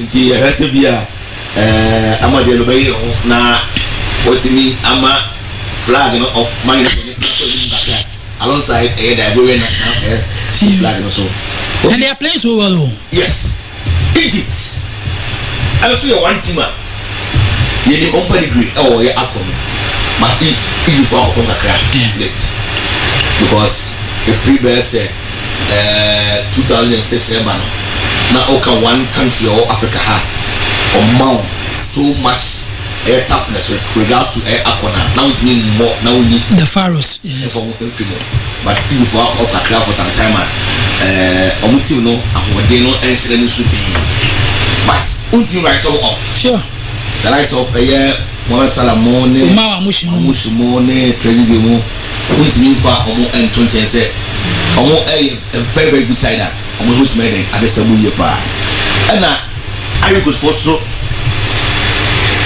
some team say tournament we you have a different day your trophy in the last time yeah fortress yeah home grounds are etimi NGC na so kasa ba Morocco then Samsung try say you will see akọ finance hopefully etimi here dey aje NGC na so of game no so a very very very tough game so share Ivory Coast team na player baako a nkɔfo adwene man so I'll be like the four striker and Yan Edoman could be a very good striker, very good striker. But penny positioning, penny commenting up front. Where the strikers are, all my defenders are now. Defender only this PR because you not striker. On say you say, what's he say? We defender, all my own me. I bet that's how Yan Edoman get here. Oh, police strike pressure. Now when you are so cutting the instruments are which made a Frankes and also drive team no. I thought that one was phone no coffee of Mampa. Ambo because so share Frank and Nikasipa I not the kind of those times is similar and more mainstream Europe so than coffee. On one part Parisiano. Okay, how what they going to party coffee. Because need the coffee police out. 29 but on one part minimum say you pour mu fuo no ko e girlfriend wa Saudi go Diana o den so ati o ko akwa say energy no nyasu too much ni mu kwa edu ama me e wo you o fi no bu de o ma twu musu wa ye express story money ampa Sadio Mane ya go ball ko ti ball no kra na o ntimi fa ne side ras kra na o ntimi ko wa ko wa ko ni gba to be ball so that was experience and Odia or the pussy very very tough game Egypt Ivory Coast easy why and you get to slightly Egypt slightly that's where Africa for West Africa for free move slightly also come Algeria o come FNC Egypt o come Nigeria may slightly slightly not there okay a difference no so it means a bit matter oh a bit matter so of the 4 teams one are likely to win the trophy I say the semi-final team be but Obia in home player of the tournament Obia in home so far they with my Bob Brahim Diaz yes okay but I say 5 goals in your flick after say Kufino yes in your flick yes yeah what say white here now on percent spirit for election sure percent Oklahoma Morocco and doing very well but the one is Spain o nyane sa o mu fino ko mo nyam fino chance go there o nya I o ba ko bia now no ya pa ko person check okay ochina El Clasico o say na e kan o ha say Barcelona the way we sit the Balfour on make a statement so on person the Spanish Copa this year no matter for a prayer but o say o share 2 games now as a Barca I'm like say against the Balfour but Madrid for prayer so and the local derby and Madrid for then we say Odino difference no enso bebresa again no okay how na ekoso there was Simeone into kwa ko nchen oni Vinicius easy kwa we ko to ba kwa za we head mu no biaza ese o mu no ho ono ka sa no o sa difference sa no money and to kwasa why is oni pa na Gattuso de ne bia o say why is oni pa na Gattuso I don't know man wait too long come on can I fire so Zodia like a wild Mikey like a ya go asa afano that okay papa be na message was it malam ya papa be se malam ya papa be se malam ya ai asem na o ka sofano ti sofo ntimenga kasa na bigini so be kasa wa na o paka nem se kuni akudura bakati na o ba fante odoi papa be se malam ya message ni ni obani asemo dia odi ko foforo abebe na bra oni mfati wa na be so kasa ko malam ya di ode mbese me kasa ano so obani ensie so la no o say ya waje for we na be na pass you me wo so we na be pass la obi wo still dia be ka tell say radio studio ba no e 24 issues o it yes to kasa o say ya man for waje for we no na fe die na before the game who does ka tell me I talked to him before the game was say okotim bi na komo de adwuma ne kura ma no do mu yan se sariki ade na kura ba nto min ba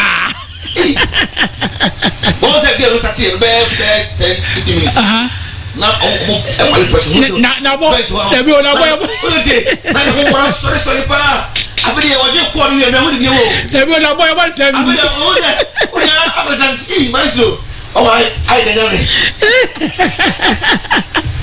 ai kana Barcelona ai na kibaba wangasia ngoda ufi abaita no mo de boss ngoda yes still for on but Sagan is joining them anambwa oh yeah how do you know me on say still for no na ko point so mo what quality yeah ike kasi asenum wangasia yeah una simo do ho bibi wa ya swapeki on na te kwa me ye campaign me kai pa I said me kwa na me kasa kwa je ni sika makoyi wa sika hwana na campaign mo skasi bibi wa ya on so wa ju hasa na ka ni wobi ha di je mo good good yes go bi that minya wa skona wa de mawe oze skona wa de mawe uliska right ake wo Arsenal incoming president skona de mawe uliska jo ti se bi de so ne kan saro ai me stop fa mo ko but a blessing there no cash ne go fi modu I know shit hey we take 300,000 pounds a week 300,000 pounds I'm blessing this go fi we go 7 days o what's that I 7 na say su yeah another 7 na say su hey no matter no tikro ai the thing that said the club go fi we now I want change no blessing there go fi me nko okra mate it's a matter good tell you but I phone the papa and say basa betimi e defend on league on je last season so ko on je last season ni na ko fi abanjo mo pa say obo stay fit yeah because they said the anticipation was very good and it's like so no na eden go fi obedem basa wait my boy three back 4 back coach okay which could be Pau Kubasi right here friend of Garcia na free body omoni mienu no Frankie de Jong Pedri afi front three no Lami Yama Rafinha Fermin Lopez na afi Ferran Torres and so LED attack so 4-3-2-1 yes a 4-2-3-1 formation likely from Barcelona Real Madrid as usual any Courtois empire there undin Casemiro yes they are Courtois over there almost so would like is over 4-3-3 Valverde Asensio Hassan na Carreras na omoni mu tre no Camavinga so ko fi isi ano opeke yeah Tchouaméni Bellingham Rodrigo Abante Alfredo Gonzalo Garcia and afi Vinicius Junior on say Mbappé no na ho de in this yes correct say Titina na opeso den starting yes all man up bread Kofi must say 5 wow 5 and over kaya last season so omoma Mario for 5-2 5-2 yeah ti omo na 5-2 Alonso dim said no so but o compare team Alonso to Barca 5-2 anyway no was Mario for up the kakra okay it's anything ko ya sa humiliating scoreline the bad 3B Barcelona what for winning okay I'm telling you I go what for no wins alone almost like simple sao we have things like Chelsea most of it man we are trying to finish it o se ankomo almost like simple sao and then quite running with the ball and we have purposeful effort say when defending very well against them how we say we pa what control passing how position pass no go fit career also but me come the ball boy against Atletico Madrid no now we compare Barca boy against Boba Barca for Boba for it now so much pressure and farm Barca for omunya free day but in this section sana but still obi basa we mu kakra one any Mr. Eric Kwabena Jemendua but both teams to score now. Oh, very likely. Okay. But also, what's a team where a team are real goals? We score a lot of goals. Okay. Right. And now here, Madrid so I thought that defense is totally different. So what do you go to perform na peke kakra? Well, you go up front no.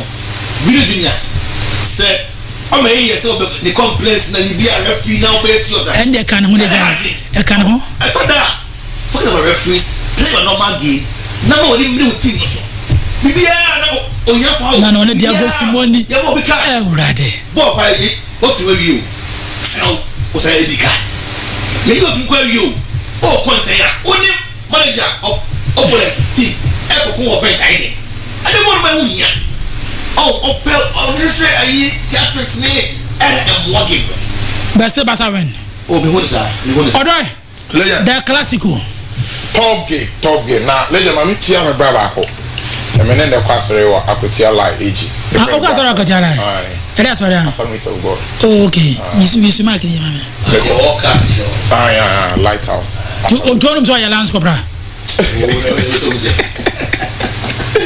Then they quite sorry, horse with you. Oh, yeah, on in a wife. Oh, okay. On in a wife. Okay. But sorry, and Mr. and Mrs. My ain't your man. No, me, I was all doing it. Some are quite sorry. Okay. I'm a church member. Oh, lighthouse. And no, or you do more what to do. But free has it. Okay. Okay.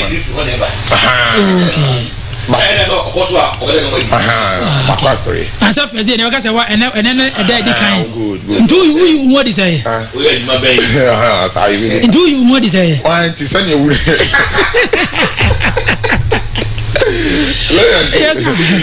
Tough game now. Me have a match now. Now, what's your boss team now? Now we Madrid fan. Also, you must so kakra because of scoreline on within reality about. No, as I say. Social score line now, we can so be about 4 minutes and almost 5. But social ball nan kasana bass a bona. We are bass, we are reminded the fan also through, especially all my attackers, you know. Okay. Shadano line up or the start, Lamia start you. Or the Femi Lopez and start up front. But in the first of must be about 4. Until second be on, I get back a few in the summer. And couldn't remember all much it all. Rudiger, Carras. Say Valverde, who's that day no starting Valverde as right back and the beba. What team so much on almost said that any squad or because I'm pass we need to control much on here. Until you made the phone and Casano to one in you. And what's your former of late Rafinha so they ban no other power. And I give back where boy coach I said if friend has a flick and they say anyone when I just best start Rashford. So best start Lewandowski. Or best start Ferran Torres or the numbers and every man. So Lami Yama Beba, so for a friendly Beba, no Rafinha so best start here, almost the numbers. Until anyone almost best start beyond the numbers never. Until this season, all attackers now multiples of goals. Ocho attackers now, Obias more than 10 goals. Start 5 strikers and almost started my bass. In all competition, Obias a better plus of 10 goals. Until no Chelsea, a team no needs any pie and a watering. And I did back of late and some ball when say legend. So I have line. Oman starting here. It's near Inigo Martinez ne exit no.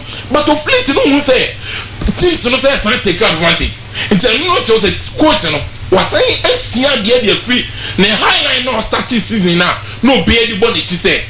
And you have the highline and you make way the man into onsa.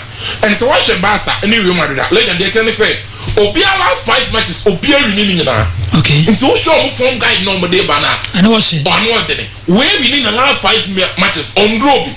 Where we in the last 5 matches on Roby. And then you may have done Omidi coach Saudi Arabia. And so what you coach now? Make up the last 7 matches. Hans the flick. Find a wabun now. Into also record or they banana. The last 7 final wabo in all competition coach in Waje or more final. Oh, Nabakosemu Elusura. So the question is, Zabi Alonso any team a bit to stop his Adiana and legend. Some person almost stop his Adiana a bit take extra work. Can you map a team after some of qualify and wa full play the call but ushima onye full fit born na map everybody onye full fit and on last game on boy no he's the captain on the 10 minutes na betia on man Real Madrid enya that victory early 30 man in FC Barcelona and last year final way na no Barca je from Monsem until so almost fight now na Barca san be je from Monsem mean someone repeated the same mistakes last year on moye and legend request them say so the Barca team na two on paper now the Real Madrid team na two on paper and in the no for Shepedi Franco di to mobo and Barca ni Real Madrid no it will be a classic on form county but I feel so Barca form na e was on na county ya omo 4/4 and this season Barca and starting season here we starting season no question say na Real Madrid form no was as compared to Barca and omo see in form na county so it's just of late omo ba yes, and the form guide in that country, and Real Madrid coach Xabi Alonso any little no. I don't see them so much maybe in game win. So game no, so much maybe I just a penalty. So game win, much maybe in match where I just a penalty. I don't see a win. I know but say 90 minutes in the party, and I just say, put defensive minded, market 1-on-1. Some of them market Real Madrid, sorry, Barca for attackers in 1-on-1, and some no market 1-on-1. Coach. Hans Flick so the then on started Rafinha Lamy non started Lewandowski so the rest for more background I just the Ferran Torres mo so the almost so you hungry and so me place moment almost some baby almost so be go smash and game denied the Real Madrid to be honest game denied the Real Madrid but say coach Hans Flick I need to know a tournament we are na some for cap no na me admit na and so then one okay kitu be Afcon Legend, Manchester United, to be honest, on match they say African teams match they say, omo ye football.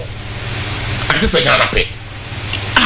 I can't want to pay. Oh, they be one kind. Legend, so show omo quarter final na. Obia the trophy ni be na ade Mali pay. Omo quarter final 8 nations na ekoye no. Omo nyina no ma the trophy be ti say enra. And as I learned to do the 3D supercomputer, I say, so all countries no Mugora, no more last one, Mali, or Kofi. I don't make Cameroon better as a Cameroon no Kofi. And so show Mama Kana. Legend, almost some pa, what's it? The Biana Africa, sorry, foreign phone, ye tournament in any tia. But so more check out so much matches now. Got to be Musa Kasai.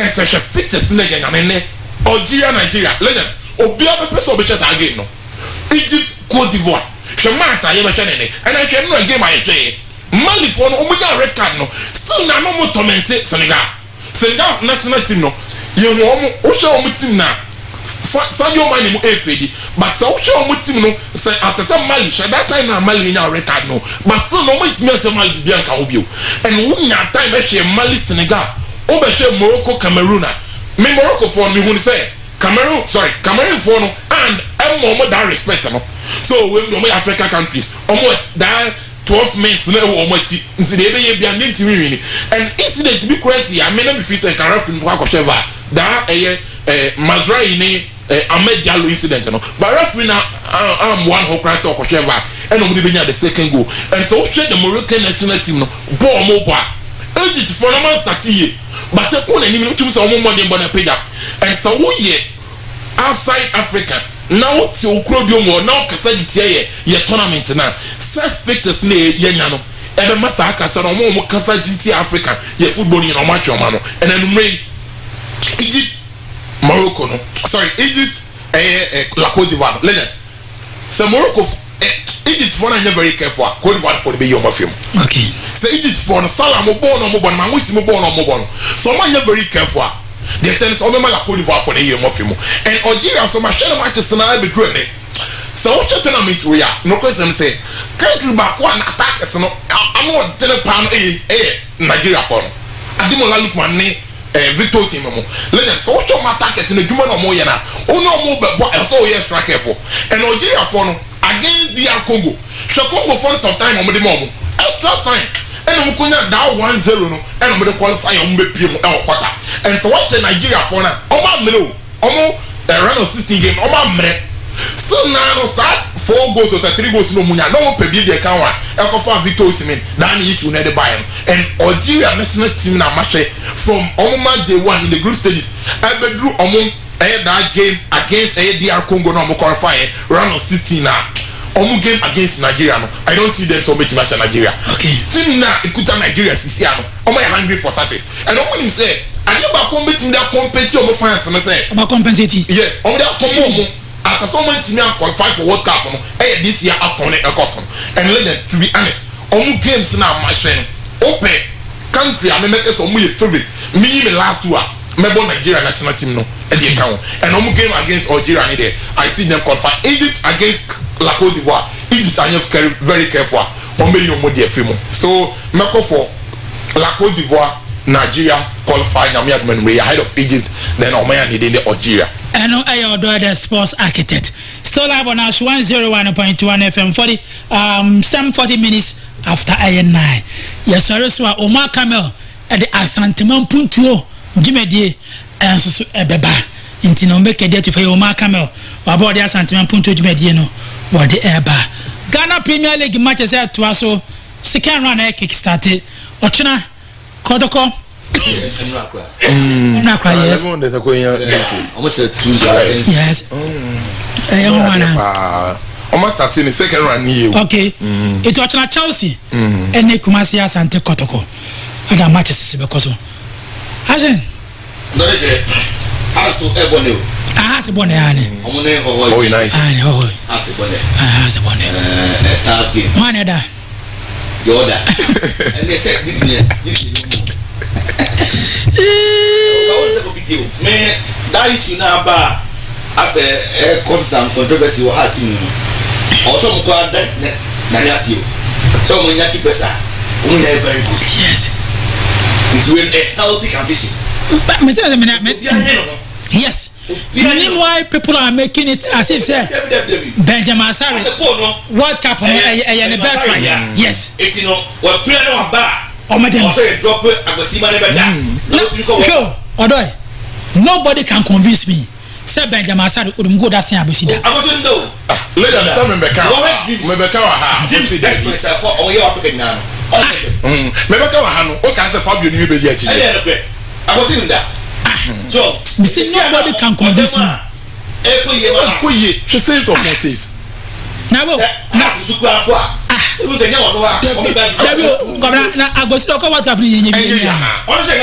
good. Meaning why the hula baloo? I was half of our money company. So many people say, "We are the more the say I said I thought what comes slot. Walk up, no, one go behind. Keep on so go dance now we see. You know, say I didn't want to say oh fine. You must say madam we will be I don't want to say I say sorry that. I want them. But for me, I say prayer I was even there with dear. How's the quarter man? Obia Pesa.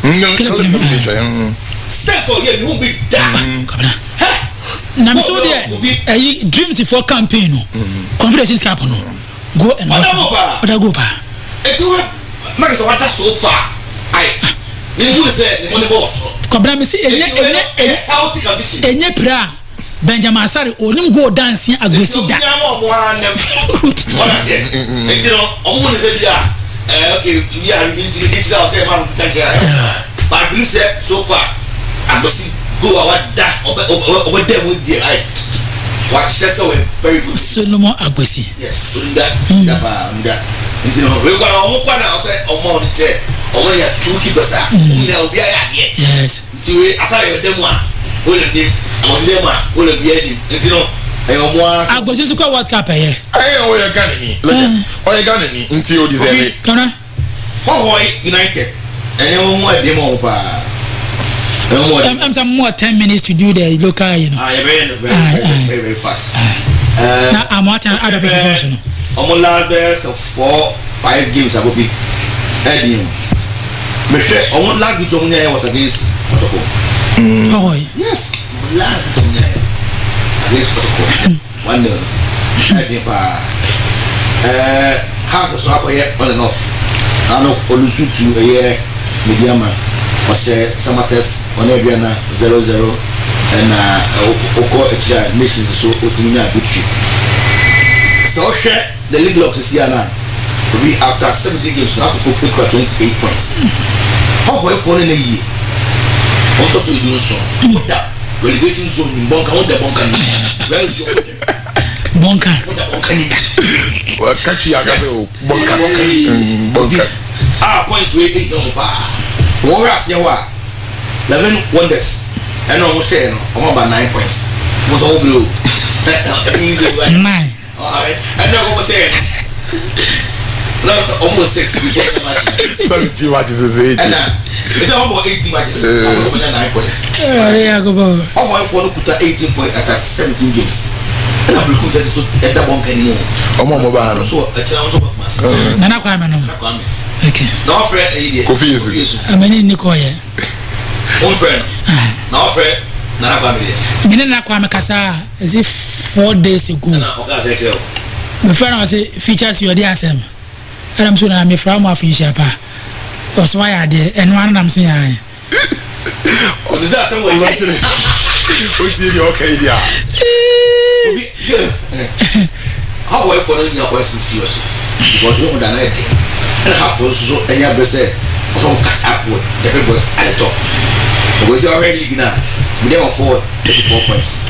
Goal stars 32, but of 30, again at 29 and a half, 28. Because you could 31. Now open by the soft. Sure. League not go via Kobe. Oh, David. Marathon League. Kobe Pia. Feel the best at the second round. Assassin. So I deal with it. But me who's a house evolution. Okay. Me who's on evolution. Oh, okay. House I had a club here appointed here. Oh, my God. Come on, say. I bet say I am crying. Kofi, come on. Now your partner. Okay.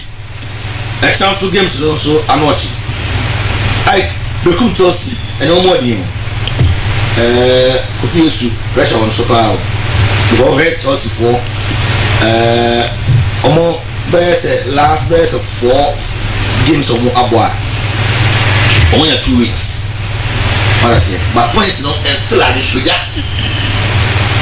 Also, the Dunia. You see, I say, your body gave you a teams are in Omoka. Become Chelsea or United 11 wonders. It was also put ever 18 points. And I also ever to myself. I saw you range over Nakoto Gallon, 1 gallon Gumuno.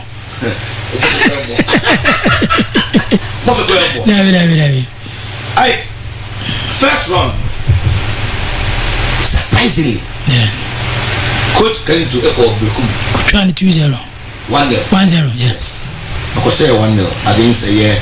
I better more 8 minutes. That 10 minutes of I'll go. What I say. Someone said the cash to come out. Maybe I didn't know. To Zaka on there. Namena. Or what transfer? Pressure when I pay the money. Oh, some on Zaka on there. Say, we're not even free Olympic buying. Or what transfer? Great Olympics. Now, penny bisa.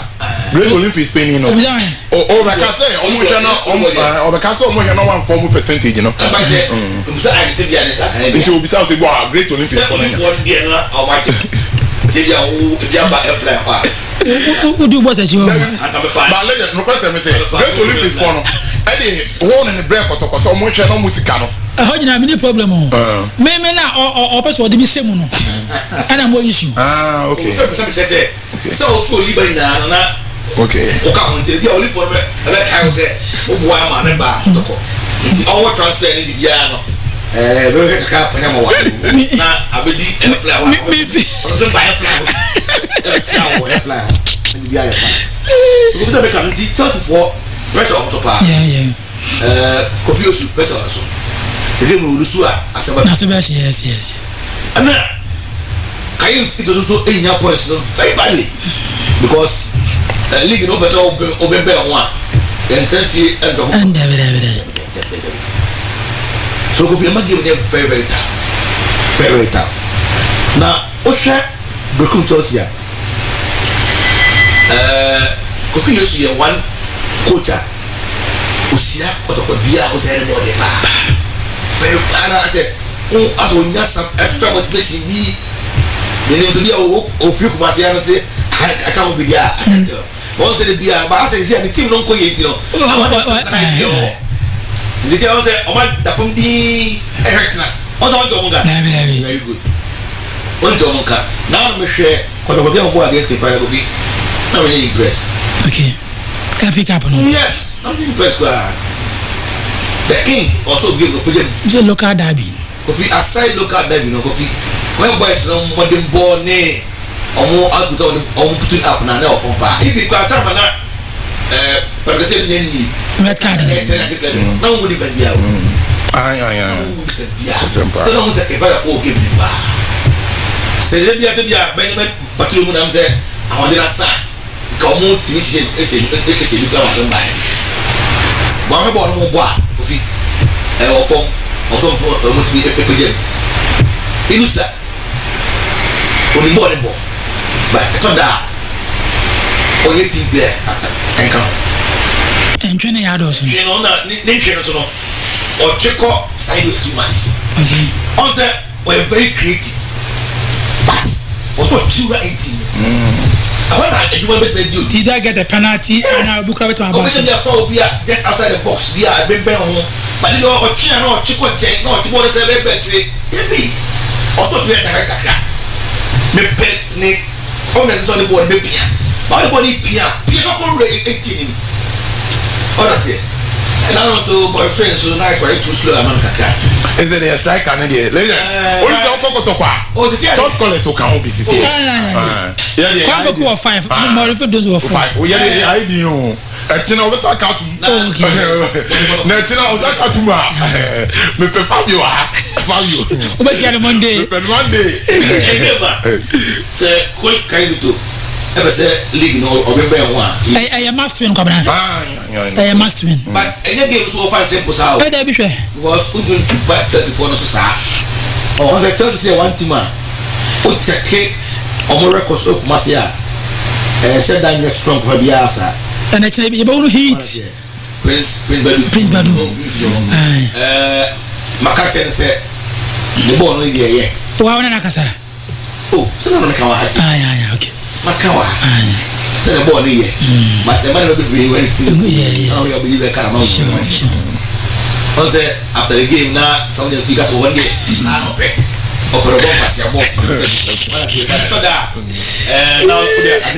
Black president. Oh, didn't know. Also no bench. Why say me who know you much? Oh, sorry, class. Oh, me I. No, who say yeah, no bench. A ball game at your power. And say Uprako no. Afina or but go back. Game also to be more. Okay. Yeah. But that is no fears on May. Good evening, man. Say, I'm never the local to how you? How? I have it, but okay. Also, pay you all right. You're very academic teacher for that. I want to be back in the course, you know. Is there I want to say course on so one pa. Oh, what's it? Like a baby I can't be when to say so no to me that okay many will be any like some more was the official course okay give you inside okay I do what I'm talking about there go am want temperature o time na so ba to as why I will say a baby requirement I will say baby requirement pa course offer Ebi kwa mana pa. Oh, okay. I say, what is your fans? Hey. Is there one me phone lines across to me effort to ka. I also as we no na. Yeah, you not see any difference. At least one man for the car. Endi. Come on, be do here. Oh, okay. You bend there. Okay. Say na go you know. What you say ba? Me was is your madrasi ya debi ase ya no me dem you o betu ya fra be jumedi so on 0594020395 0594020395 and bedwafo edinsen bebre egu apaso aha yenye first caller enso ewo jumedi ne so yeah hello good morning yeah good morning boss a friend and she make a session of support. And you offend so cockot supporters here among sorry now. A friend boy in Jimmy, I will be a chassis. I think so, several company for Sermon. On top of I am not a league, the strikers won't want the engine more things to the pump to Gulmono. The Sermon will be, and that's when you want to strike a man. Omati Enki, there. Enki Omati. Hello? Hello, Martin. Yes, boss. Napuma. Yamiad and Pachonswe. Boko, we are Kumaro, Kanutman. Roxin. Think yeah, that was it. Yeah, they are pretty good. Yeah, and kind of above 4 miles.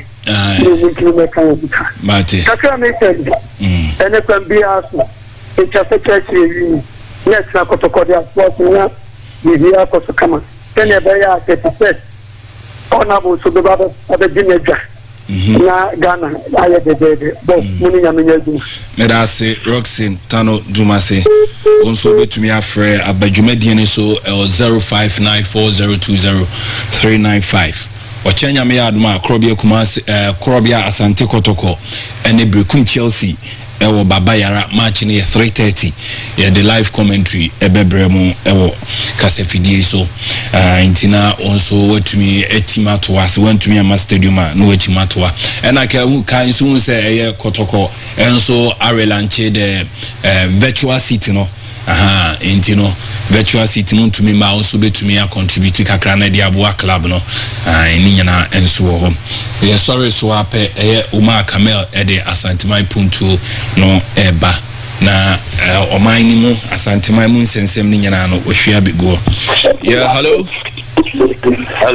yes sir Simo aji Simo bongo Simo yeah boma paso ni jema asantimai kana bai yeah that's it na yes kotoko supporters ni na se debia yesi ento striker yento defender na yesu discuss na eso yesu sere ni tifiyo ite kwamba so pa ni abefa so aye kotoko amakotoko ayi because yana na team for the oyena asamu dio na timu na anga tade supporters ni dia ba ye de enko park ani akasa sa ene de to so zitu wote timu nucha afin je mi nucho ko nya wanya he and me na number go zitu wa de because dan wo tie na da wajin ga pa kotoko ba tate na gigi ye ko je no wa fi egusi to wote nyamba park ne ya bon ma je zo ko so perform ye dum tibeka to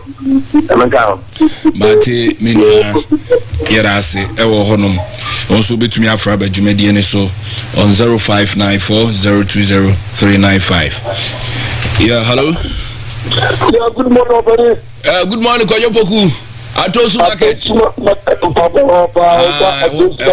papa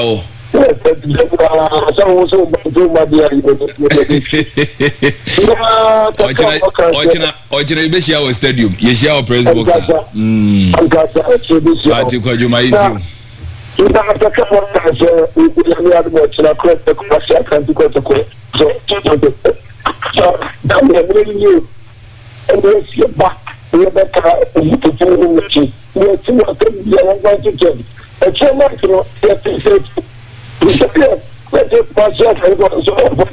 and trust you the process so yeah we can show something that by our hospital yeah that's it yeah so more money no good the trainer is the problem no me because put up and you know yeah it's just when you have set for the parents and I'm not good with other parents the trainer I'm support that we are now support the channel win for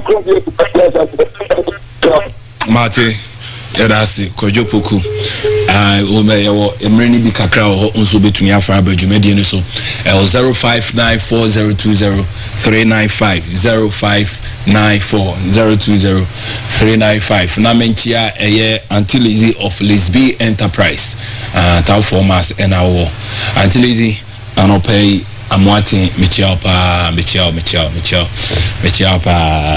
nimsa pomuye bibie kosoboko obetumi afra abadwumadi ne so 0594020395 izan say abadwafo apinsin bebre mu krobia kumasi asante kotoko ene brekum Chelsea ebesi akan ochena nyame ya adoma 3:30 PM ewo Baba Nyara Sports Stadium obetumi aba bra izan say kotoko supporters na nsemo ma stadium kra enyefe da bia nso mo pese team no ekose team no nso be koso nso de wose mu nyina moba stadium na mutua mo fa abu sensors ne nso ni nyina hu hia eiti no ye hwe ni mu se mu nyina mo betumi aba Baba Yara Sports Stadium na ma ba be support Asante Kotoko metema no na metumi a share Brekum Chelsea Accra so folk enso ebo ene Solomon na me boss mo monka no wote se no monka fa Solomon agbasini yi Frederick Asare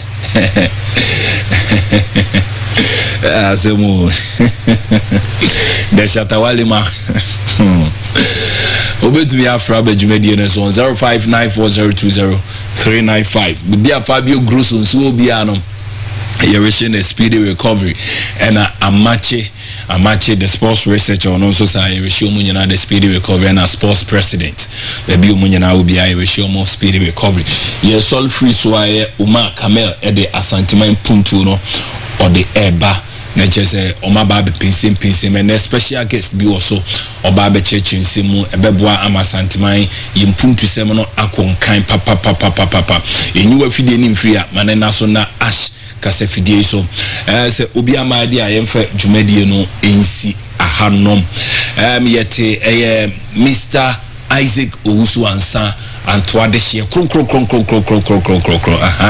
future CEO yete ne kasa so yete Mr. Eric Ajimendia action ono so eba na yete Odoy yete Odoy ka Constable Odoy yete Constable Odoy yete reka ode yeko amanfo kroso osabe pinsin semnimu eboa Mr. Eric Ajimendia ewo honom no dwumadi ne koso no se yekan bibi na se anya woda yesrewa isanse kasa dodo de onim se mfonso se ne yesrew se obeguso anu achimu fidie neto ash 101.1 kasa fidie so na ne pa ye wono ye de adomo na me kai se delegates ran yesremo se mokoto abana on 31st busumi ya 31st na yesremo mokoto aba monto ema honorable Kennedy Japan akompreko na ono na obetumi aboa o man ono betumi edi enyuma abre asiafo ni nyina efomfo ni nyina esufre Kennedy Japan delegates muni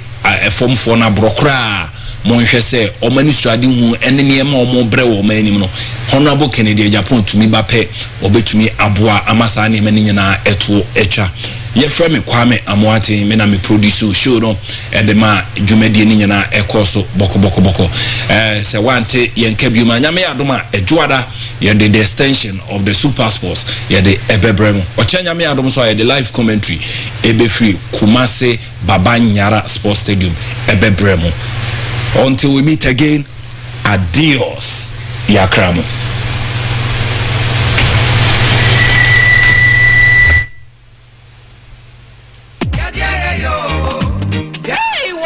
No share e your for J Herba mixture e ye draw e boni pedrian kwammo no ma ho ye din no cretrodo e your for J Herba clinic and akwofa of J Herba mixture e dia ba e ye du papa